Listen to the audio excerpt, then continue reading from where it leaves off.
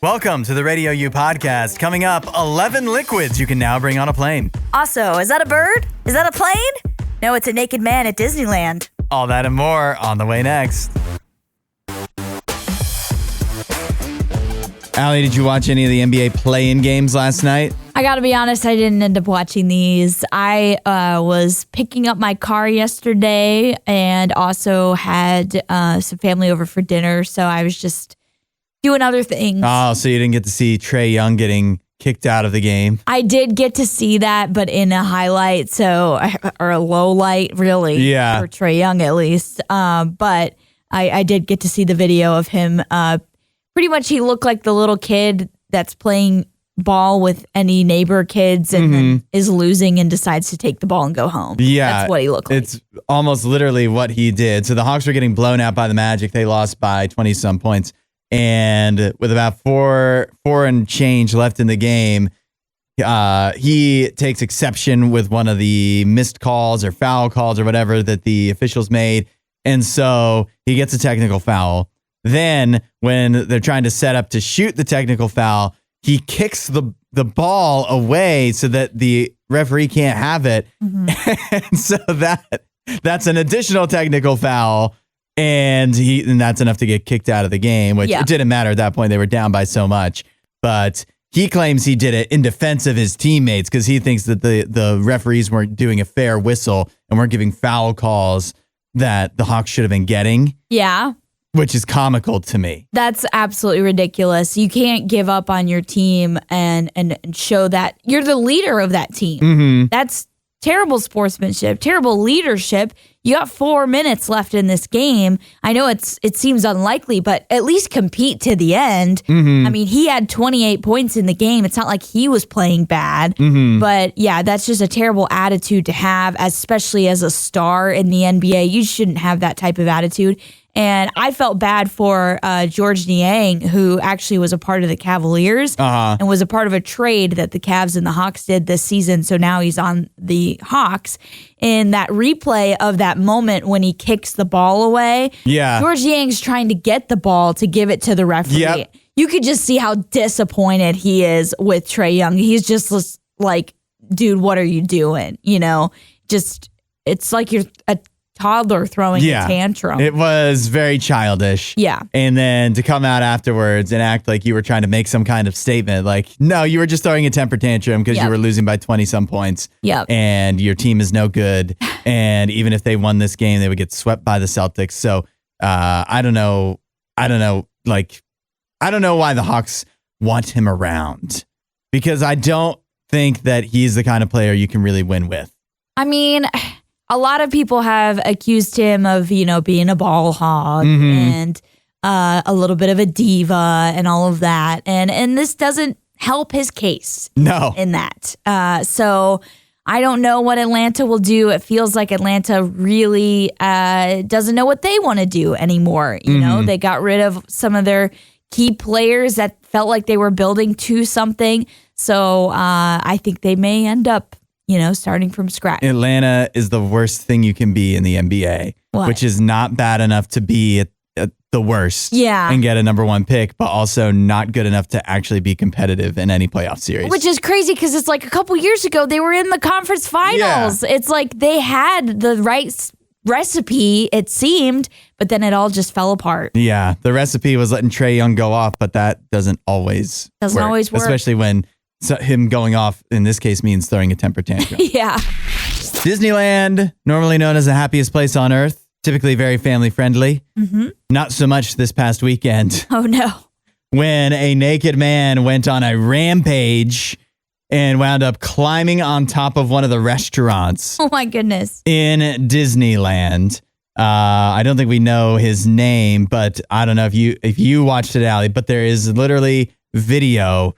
It's blurred out, at least the version I watched, but he is fully nude. I did not watch that video. On top of the mint julep bar at Tiana's Palace in Disneyland. This guy took off all of his clothes and started climbing for all to see at this restaurant. Oh man, this definitely feels like a Disney World thing and not a Disneyland thing. You think so? It's a Florida man thing to do something like this. It does feel like Florida man. Yeah. But it doesn't feel like Disney to me at all, though. No, it's not.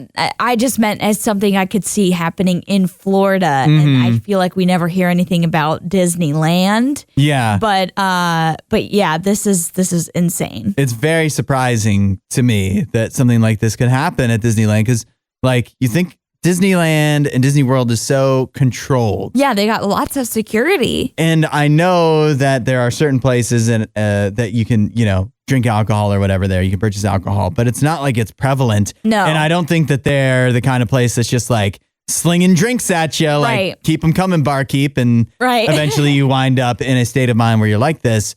I mean, he was at the Mint Julep Bar. That is true. What do they sell that Mint Julep Bar? Maybe they were just pouring had a heavy hand with what they were pouring this guy for some reason. And like, people at Disney World usually with their families, so you're going to try to keep it together. Yes. I know there's Disney adults, but they love it. Like they're not going to do this. No. They're going because they love it. So what this all leads me to think, Allie, that he hadn't had too much to drink at all. And there's something else going on. Yes. I think he just hit his breaking point. I think his kids were driving him crazy. Oh, no. The prices were sky high, and he finally had enough. He's like, I can't do this anymore. Like, George Banks is saying, no, I'm done. Yeah, literally a mental breakdown. No, I hope that's not the case, but any scenario of why this happened is just bad. It's bad, and no matter what caused him to go off like this, it's not okay. No. And I don't think he's probably allowed at Disney World or Disneyland, either one, ever again. And I don't think he got a refund. And I'm curious what the other people that had to witness this. I mean, did they at least get their meal comped or something at the restaurant? Like if I was at Disneyland and saw a naked man on top of a building, I would want a refund. You gotta, that's your chance to cash in. I'd be like, I've been scarred for life. Pay me back, Disney. I almost want to see a naked man so I can get some refunds on all the money you sink into that trip. I know you spend a bit of time on Reddit like I do. Do you actually have an account? I don't. Anytime I've spent on Reddit is because I've Googled something randomly and like I'll see a Reddit post. I saw a meme the other day that literally made me laugh so hard, where it was like a knight sitting and like a knight in armor sitting, and like he's looking at a skeleton, and it's like me on Reddit thanking the person that had the same problem as me 10 years ago. Like discovering it. Because, when you Google something, you're like, how do you do this thing? Yeah. And then the answers a lot of times on Reddit. Are on Reddit, or somebody else asked that question on Reddit, and it's like 9 years ago. And it's like, wow, they had the same exact problem as me 9 years ago. This is crazy. But that is, I'm with you. I enjoy Reddit. I'm glad it's there. I don't have an account. Yeah. Because I never would post on Reddit. Like, can't think of what would compel me ever to feel the need to post on Reddit. Yeah. But I'm glad other people do, because I get to read all the crazy nonsense. There are some crazy stories on there, for sure. It gets so crazy on there that, like, for any Reddit account, like, you can have a certain degree of anonymity because it's just a username and who's actually going to check who it is. But some people will, like, literally make fake accounts just so they can ask a question or whatever that they don't want, like, anybody else to know. Yeah, you wouldn't want your family or your girlfriend or your boss or whatever to know that you were the one asking this or talking about this scenario. And so, like, you create a completely fake account. And people do that on Twitter, too, so they can just post whatever they want. Right. X, whatever. And, like, I get it, right? Mm-hmm. Sometimes there's stuff you want advice on or you just want to complain about, and you don't want that to get back to your real life. I guess, yeah. But at the same time, like, thinking through all of that just really makes me think how amazing it is that God loves us, because nothing we do with God is anonymous, right? Mm-hmm. Like, he knows everything you posted on Reddit, whether you posted it anonymously or under your own name, and same with Twitter, and same all the things you've said in real life and all the stuff you thought. Like, God knows about all of it, all the stuff that might, if it got back to whoever around you, your loved ones or your employer or whatever, could do some damage. Right. God's not holding that against you. No. Jesus is there, seeing the full package and going like, yeah, some of this is pretty problematic, but I love you anyways. And that is an amazing feeling. Yeah, absolutely. There's no way that we could live up to the standard that has been set. And there's no way that we could ever accomplish that. And guess what? We don't have to. That's the reason Jesus died on the cross, because God knew that was the only plan for redemption that could actually work. There was no way as human beings we were going to be able to fulfill any type of requirement to earn salvation or, anything like that. We were always going to fall short of that. But that's what's so beautiful about God's grace and his mercy. It seeks you out and he puts it in front of you as a free gift because of Jesus Christ's sacrifice on the cross. It's funny you mentioned that free gift, because if you go to radiou.com/free gift, you can find out more. But you can also, just wherever you are right now, just start talking to God and say, hey, I want to know more about what that love is like, that love without judgment. That love without holding things against you. Jesus has that for you, and it's available no matter what you've done or who you are. Start talking to him about it. Find out more at radiou.com/free gift. Now, this is fun. Nationwide is running their annual Wacky Pet Name Contest. You could go online and vote right now for the wackiest, what you think is the wackiest pet name. They have 10 nominees for dogs, 10 nominees for cats, and then 10 nominees for what they call exotic pets. Okay. Which, I don't know, does ferrets and potbelly pigs count as exotic? Maybe. I mean, that's where they've put them in. Okay. I don't know if they're that exotic to me, but nevertheless, look at these names, Allie. Which would you be voting for? A lot of bad puns. Okay. A lot of really bad puns. Yeah. Like Billy Dog Thornton. I think the one I actually like is the Ozzy Osbourne. Ozzy Osbourne, Prince of Barkness. Oh, that's funny. I don't know. Let me see these cat names. One. I like Uncle Pickles for the dogs. Uncle Pickles, that's a fun one. Because it's not just a bad pun. What would you do if somebody told you they got a new dog and they're like, I named it Ozzy Osbourne? Maybe cringe a little. Yeah, you'd roll your eyes at that, right? Yeah, that's true. And I think that about just about all of these. I do like for the cat names, just Wendy's 4 for 4. Yeah, I love that too. I like that one. Bring it back, Wendy's. Yeah. This is what we need. Somebody named their cat Kirkland Signature Brand. Okay, the cat wacky names are actually much better than the dog ones. One is Beef Stewart. Is that a reference to something, or is that just funny? I don't know. It sounds familiar. I mean, I've heard of French Stewart. Yeah. It's a name that hasn't really come up in a really long time, but I don't know. And then some of the exotic pet names, Grimace. It's not just Grimace. Grimace that's good. That'd be a good name for I can imagine a tortoise being named Grimace. Yeah. But it's Grimace from McDonald's. Yeah. And I believe the way they found these nominees is these are pets that somebody has insured. So you have to put your pet name in when you insure the pet. Oh. And so this is what people have put in. So that's how they gathered these to even choose the nominees in the first place. Okay, I'm choosing a new one. Okay. New name that I'm voting for. Okay. It's from the cat names. Yep. Pro skater Tony Hawk. They couldn't just go with Tony Hawk. They could have just gone Tony Hawk, but pro skater Tony Hawk puts it over the top. Wow. Yeah. I love skating. I love skateboarding. This is great. That is perfect for you. Yep. There's one on the cat list, Angry Potato. Okay. I just want to know, what do you don't actually call your cat, you're not like, come here, Angry Potato. You wouldn't do that. Nobody's doing that, right? Maybe you call it Tater. Tater for short. Yeah. Yeah. Come here, Tater. I mean, I don't know. It's funny to look at these, but I mean, I 100% believe if I knew anybody that named their pet one of these things, it's not that our friendship would be over, but I couldn't see you the same way. I fully support some of these cat names. The rest of the exotic and the dog ones, I'd be cringing, but the cat names. Little jelly donut for a dog. Yeah, no thanks. Come on. But the cat names are amazing. Catilla the Hun, come on. You can't be mad at that. That's a good pun. What do you call that one though? For short. Tilla. Tilla. Tilla or Tilly? Tilly. Yeah. Okay.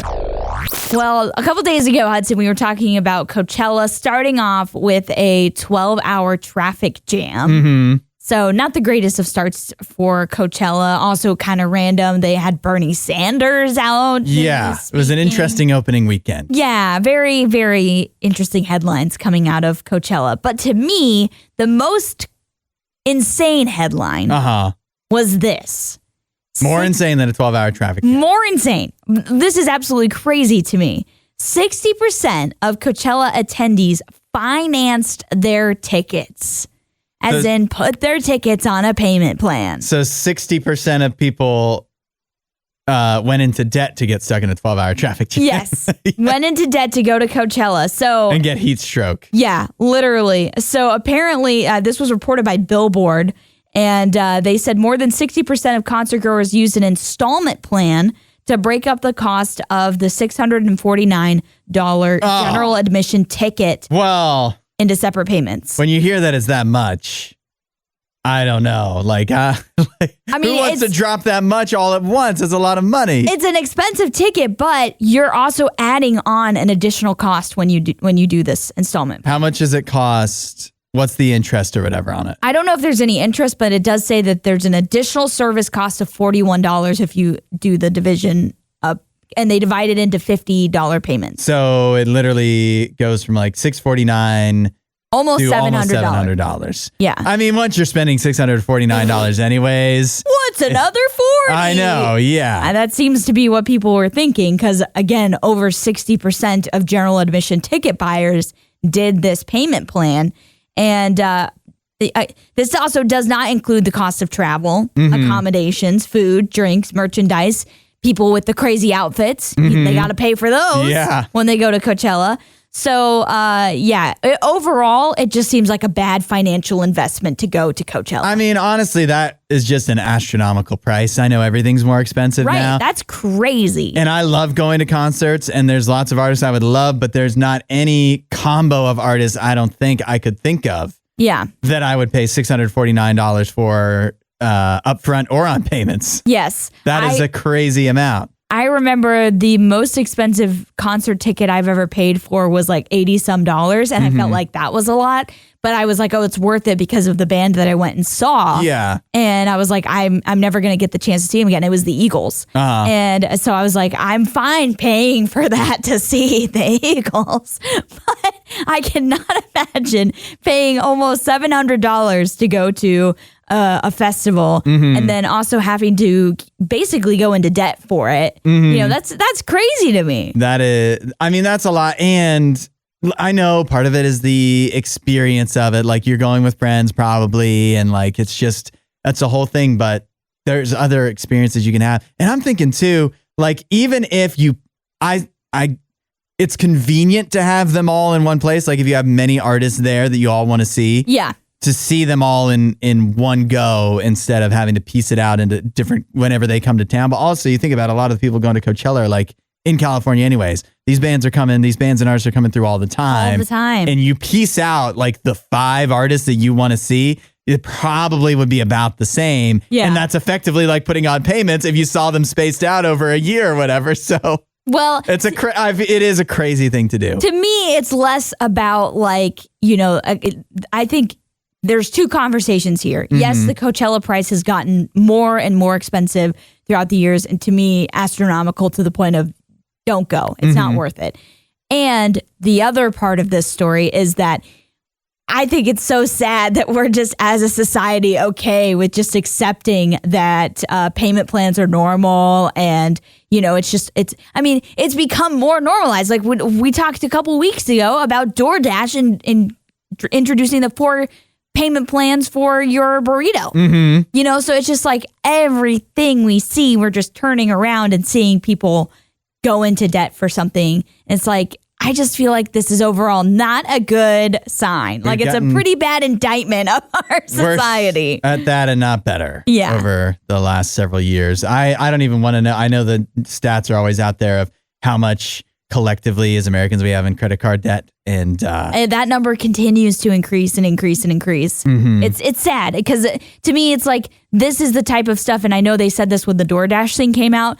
You don't think that it's going to set you up for failure in the future, but it's a pattern that starts when you do something like this that leads people into debt, like worse financial debt. And so that's the bad part about getting into these payment plans. It may not seem like a bad thing when you first do it, but when you do it continuously, it's like suddenly you're in a lot of debt. On its own, paying $41 for a almost $700 concert ticket or music festival ticket is not the worst thing I've ever heard. But yeah, if that's if that's something you're doing with your money routinely for other items like that, then you're setting yourself up. It's just going to snowball. Yeah.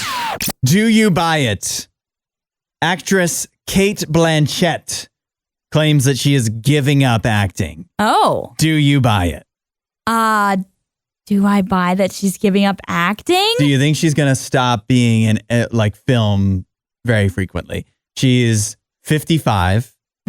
Cate Blanchett, of course, probably best known for being in Lord of the Rings. Sure. I mean, she's been in a lot of stuff. That's going back a ways, but she was in Lord of the Rings. She was in Ocean's 8. She was in Thor Ragnarok. Yeah. She was recently in Tar, a movie I liked a lot. Also, Black Bag, which was just in theaters, and Borderlands. Yeah, I did not watch that. Borderlands was so bad, it's forced her into retirement. Yeah, she's like, I can't act anymore, guys. She had already done Black Bag, but Borderlands, she's like, I can't risk another movie like this. I will never financially recover from this. Yeah. No, I don't know if she'll actually give up or quit because I believe she still has some projects that are yet to be released that she's worked on. But maybe after they're released, she truly is done. So maybe she won't take any new projects. She's but why though? Like, what else are you going to do? I know she does a lot of extra stuff outside of acting, like activism type of things. Sure. So maybe she wants to dedicate her time to that. Just focus on that. Or family. You know, a lot of people like to focus on family too. True. So she might be wanting to do more with that. So Allie, you buy it. You think she's not going to act really much anymore? I don't think I actually do buy it because I feel like she's saying this, but ultimately it's like money talks. Yeah. And if you need money and your job is acting and you're pretty good at it, I would say, for the most part, other than Borderlands. Yeah. But I would say Cate Blanchett, a lot of people would say she's a good actress. She's a great actress. Yeah.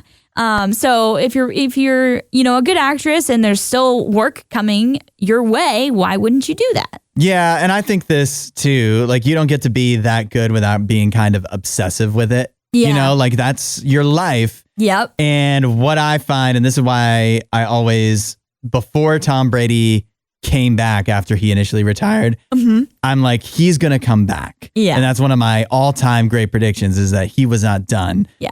Because when you're so embedded into something and it's so your life, if you can keep doing it, and you stop doing it, you're going to miss it and you're going to come back. And so even if she wants to give up acting now, maybe, and like, who knows what that looks like? Maybe she gives it up for several years and then eventually gets back into it. And I know there's a lot of talk about how, like, you know, she is 55. Once you get to be an older actress in Hollywood, a lot of the roles, like, they're just not the same as what, you know, like older guys can keep making it work in a much different way than older gals can in Hollywood. But that said, like, I think she'll still find her way back into it, even if she claims she's giving it up now. Yeah. And I don't know if I necessarily would buy that it's like different for, you know, males and females, because I feel like there's plenty of still amazing female actresses that have been acting for so long. I mean, they can still be good, but the roles that are available, like Brad Pitt is like, he's older than Cate Blanchett, I'm pretty sure. And he's still getting cast, and Tom Cruise too. They're at least her age. They're getting cast as leading roles in like blockbuster films. Yeah. Where once you get to be around Cate Blanchett's age, and she looks great for 55, of course, but it starts to be like most of the options available to you are playing a grandma for something. Like you don't get the leading kind of same roles. Yeah.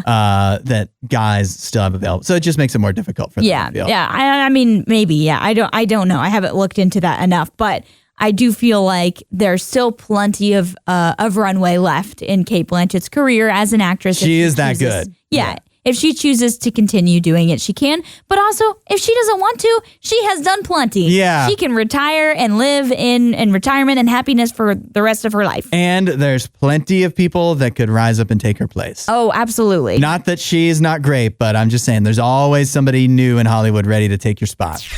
Allie, rate this on a scale of 1 to 5, how much of an abomination it is.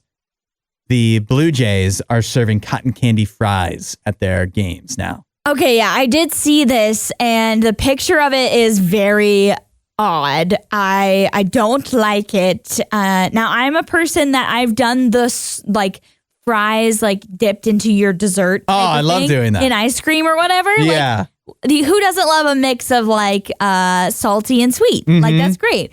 But this, I just did that with a McDonald's fries, which is the best fries to do that with. yes. And a Shamrock Shake. They still have the Shamrock Shake. I did that. Oh, really? They still had them? Yeah, I was so happy. I've done it before with the McFlurry, and I feel like that is top tier for sure.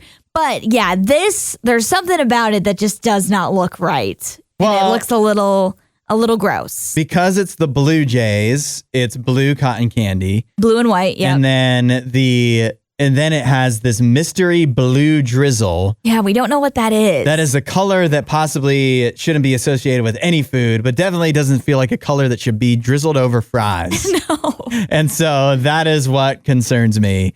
Well, and I don't like cotton candy, and so I wouldn't be into this at all anyways. Yeah, me either. But the mystery blue drizzle is a concern. Yeah, I don't know what I would rate it on the abomination scale. I don't know if it's an abomination because I haven't tried it. But I think I would pass.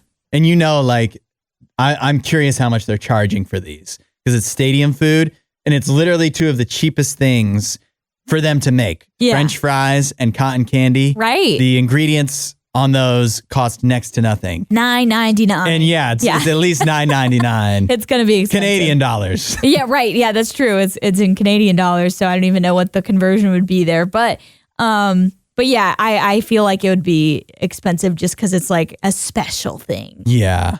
Even though it's not special at all. No, I don't approve of this at all. No, I do. That is not something that would get me excited. And I'm all for experimenting with food again. And I like the salty and sweet. Sometimes not only do I do the fries in a milkshake, sometimes I'll do potato chips in ice cream. That can be really good. Sure. I don't really like cake icing, but if I do have cake icing, I'd rather than have it on a cake. I'd rather eat that with chips. Icing, which I don't think I would. No. Yeah, that's better. If you have a can of frosting, put it with chips. Don't put it on a cake. No. That's one of my one thing I will stand on. I'll just no frosting. No Never. frosting for you ever. Nope. Cotton candy is just dehydrated frosting, basically. Yeah, well, that's why I don't like cotton candy. I don't like the sugar. It's just like way too much sugar. It makes me want to gag. That we can agree on. Yeah. We're doing Would You Rather Wednesday. Camden has our question today. Would you rather have jelly bean teeth or lay an egg every time you get nervous? Lindsay says lay an egg. Those things are worth a fortune. But are people going to want to buy eggs laid by me? Maybe not, but would you be willing to use your own eggs? That feels really wrong. Is that cannibalism? That feels really wrong. Well, egg prices are skyrocketing, but fortunately, I don't have to worry about that. I'm able to lay my own. Yep, just make me nervous and and we're good to go. We'll have a nice breakfast. Max says, gotta go with egg laying. I've met some people that looked like their teeth were already all black jelly beans. Oh, no. For many reasons, I cannot choose the jelly bean teeth. Okay. First of all, and this might be the most obvious, but I don't even like jelly beans. Oh, really? I don't want any jelly beans. I don't want any in my Easter basket. I hope I don't get any. I do not enjoy them. Yeah, the stickiness of those type of candies usually turns me off. I don't like that stuff because it like gets stuck in your teeth. Yeah, I don't really like the consistency. Yeah, I'm not a fan of that like taffy and those type of stuff. So yeah, I think I'm gonna go with the same option. The only thing that discourages me from the laying the egg part is usually if I'm getting nervous, it's because I'm in front of a group of people. Yes, I think No, go ahead. That's the worst time that you would want to lay an egg. Yeah. So it's like, that's pretty bad. And I think it would be a compounding effect. You lay an egg, you're nervous, you're in front of other people, you lay an egg, it rolls out of your pant leg, and then you get more nervous because everybody's just saw you lay an egg, and so the eggs just start gushing out of you. How does this process work is what we need to know. Yeah, but either way, but what I envision though is that if you know the egg laying when you're nervous is a problem, you would just have some kind of special underwear that would catch the eggs and no one would be the wiser, is what I'm thinking. I guess you'd have to come up with some type of plan. Yeah. I think egg laying has to be the way to go. Yeah, I think I'm gonna go with that one too. And I can't lie. I was thinking similar to Lindsay, where it's like eggs are expensive. This could be a fruitful thing. It could, yeah. You could literally make it your living. Yeah, it's just getting nervous laying eggs. Yep, and selling them somewhere. Someone would probably. People eat eggs from all kinds of nasty animals. Why wouldn't they eat mine? Allie, basically, as long as we've been alive, there's been restrictions. There's been rules at the airport. The TSA doesn't let you bring essentially any liquid over 3.4 ounces onto a plane. Mm-hmm. You're not allowed to do that as a carry-on item. But according to this TikTok that has gone viral, at some point recently, they made a change to these guidelines. And there now are some certain liquid items that you can bring on a plane in more than 3.4 ounce containers. Really? Which ones? I've got a list here. It's 11 items. Okay. 1, over-the-counter medicine. Okay. 2, prescription medicine. Gotcha. 3, ice packs or gel packs for medical reasons. You can't just bring an ice pack, which to me, ice is not a liquid. So... But it can be liquidated. I mean, what is any solid but a frozen liquid? So I think maybe that could be, if you want to get into an argument at TSA, you could start doing that. I don't want to get in an argument at TSA. This is funny. Food and drinks for infants and toddlers. So food and drink, too dangerous for an adult. But for if it's a toddler, they couldn't possibly use that for any nefarious means. I feel like that's way too broad. You know, like it's a little bit like a judgment call that you're now placing at the foot of agents. I don't like that. Yeah. I'm sorry. I've run into too many agents that are on a power trip. Uh-huh. And if I was a parent... You think they'll be strict about what they consider an infant or toddler? Well, I think if I was a parent, I would not want to risk it. Yes, that's a good point. Yeah. Yeah. Because you don't know what TSA agent you're going to run into, what mood they're in that day. That's very true. Also, wet batteries. I don't even know what that means. But wet batteries, live fish. You can bring live fish on a plane. That's a carry-on. That's crazy. But only recently did they update this, so you can now bring live fish. Biological specimens.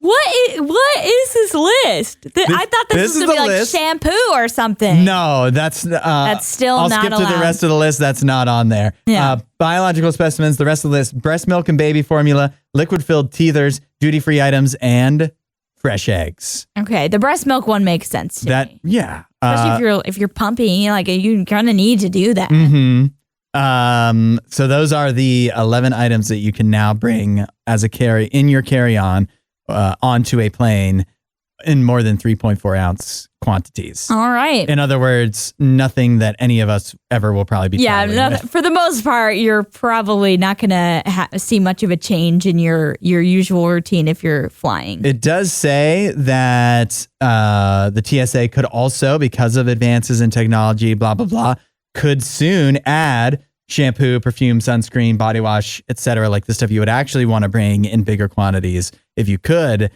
you may soon be able to bring that as well. But I don't know if I believe that, because I remember reading a thing a while ago that said 6 years from now, the United States will let that. Even though in Europe, have you experienced this, Allie? You've traveled through Europe. In Europe, they don't have those restrictions. Like you can just bring shampoo on a plane. Yeah, they don't have quite as strict of restrictions as what we see in the United States. But for the most part, I was always traveling. If ever I was going into Europe, I was going into Europe with the plan to go to on the your United way. States. Yeah. So I was never traveling just within Europe. My dad did several times, but me, never. So I always just planned with the regular USA regulations. Yeah. That makes sense. But nevertheless, if the Europeans can fly with shampoo, why can't we? Yeah. Are we really that far behind them? I don't think so. I think that maybe just a history thing. It's a relic of the past. Well, the shampoo restrictions. Maybe, but I think there's reason as to why it was in place. Yeah. All the shampoo attacks. Yes, the shampoo attack. Thanks for listening to the RadioU Podcast. Don't forget to rate and review the show.